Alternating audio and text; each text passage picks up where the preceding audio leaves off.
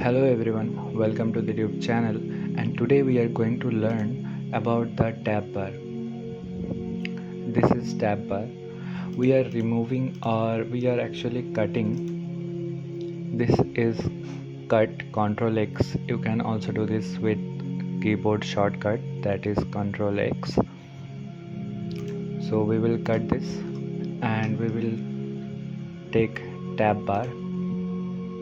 If you are using tab bar, then you should use it blank for best view or best UI selection, because if you are using some UI at the upper part, and if you have some buttons, some images, and you are placing the tab bar at this point, and then you are making all the columns scrollable, and you are adding a list view in the tab bar, then the tab bar is not going to work properly.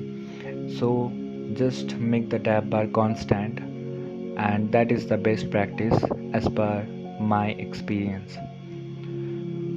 So there are ready-made 3 pages or 3 tabs like this. Also you can change the tab properties. Go to the tab properties, and if you don't need 3 tabs, like if you only need only 2 tabs, then you can delete 1 tab also. You can check that we have active tab 1, active tab 2, and if you want to add another tab, then you can also do it. You can just add another tab from here. If you want to delete a tab, then just go to the page, go to the section, and just click on delete. Okay, so we can't delete the tab from the tab bar page. We have to delete this, and that's it, it's deleted. So we have 2 options. So let's say that we want to give the tab bar name that this is Insta feed and this is Facebook feed. Okay, so here we have level Insta and we want to name it Facebook.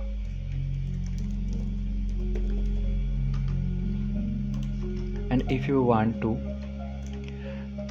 create the grid view in the first tab like Insta tab, then we are pasting our previous grid view with whole query collection, and if you use it, then it will work properly when you will test it in test mode.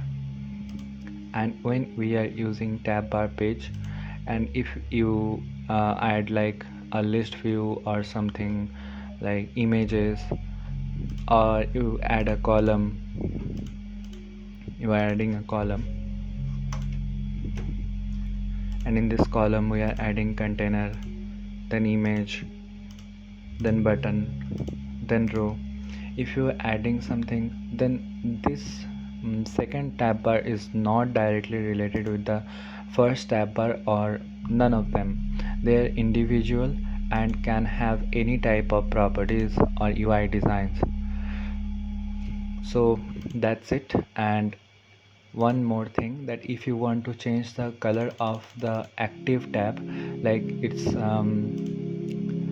can see that if you go to the tab section, tab bar section, then you can see that the main color is active color is primary and this color. So if you want to change it like primary text, then just change it, and you can see that if you change your app's background from dark to white or white to dark mode or dark to white mode, then it will also change. One more thing that is also important, that when a user is redirected or directed to or navigated to a page where you are using a tab bar, then to which tab they should be navigated. If you by default they are navigated to the first tab. If you don't give a initial tab index, then the user will be navigated to the first tab, that is that's index is 0, and the second tab index is 1. So if you want that when a user is opening the tab bar page, or a page which contains a tab bar or more than 2 or 3 tabs, and if you want to send the user to a specific tab, then you can directly use the initial tab index. If you are placing 1 at the time, then the user will be navigated to the Facebook tab, and if you are placing 0 at 0 here, then the user will be navigated to this tab, Insta. So that was all about TabBar, guys. Thanks for watching, and see you in the next video.